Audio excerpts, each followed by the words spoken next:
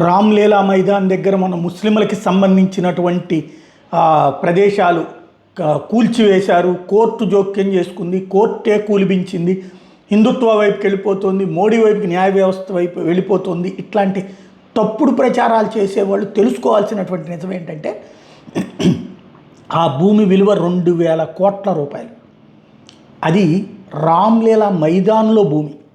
మొదట్లో ఆ పక్కన ఉన్నటువంటి ఫైజే ఇలాహీ మసీద్ ఉంది, అది కేవలం 0.195 ఏకర్స్ అన్నమాట. 0.195 ఏకర్స్.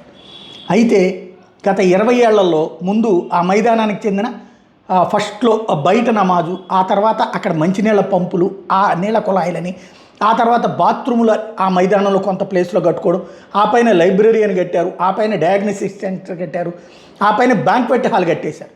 టోటల్గా 1.5 ఎకరం ఆక్రమించేశారు.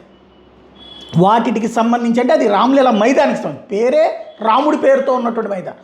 రాముడి పేరుతో ఉన్నటువంటి మైదానం పక్కన మసీదు కట్టి నిదానంగా ఆ రామ్లీలా మైదానంలో ఉన్నటువంటి ప్రాంతాన్ని ఆక్రమించుకుని అది మాదేనన్నటువంటి సందర్భంలో ఆధారాలతో సహా మున్సిపల్ కార్పొరేషన్ ఆఫ్ ఢిల్లీ హైకోర్టులో చూపించిన తర్వాత కూల్చివేత ఉత్తర్వులు ఇస్తే 32 బుల్డోజర్లు, 50 డంపర్లు, 300 మంది సిబ్బందితో అక్కడ కూల్చడానికి వస్తే వాళ్ళ మీద రాళ్ల దాడులు చేయటం, వాళ్ళని కొట్టేటటువంటి ప్రయత్నం చేయడం, దాని మీద లాఠీ చార్జ్ చేస్తే చూసారా ఇదిగో ఎంత దుర్మార్గమో, హిందువులు పోలరైజ్ చేసి ముస్లింల మీద దాడులు చేస్తున్నారంటూ ఈ తరపు యువతని మోసం చేసేటటువంటి ఎత్తుగడ నడిపిస్తున్నారన్నమాట.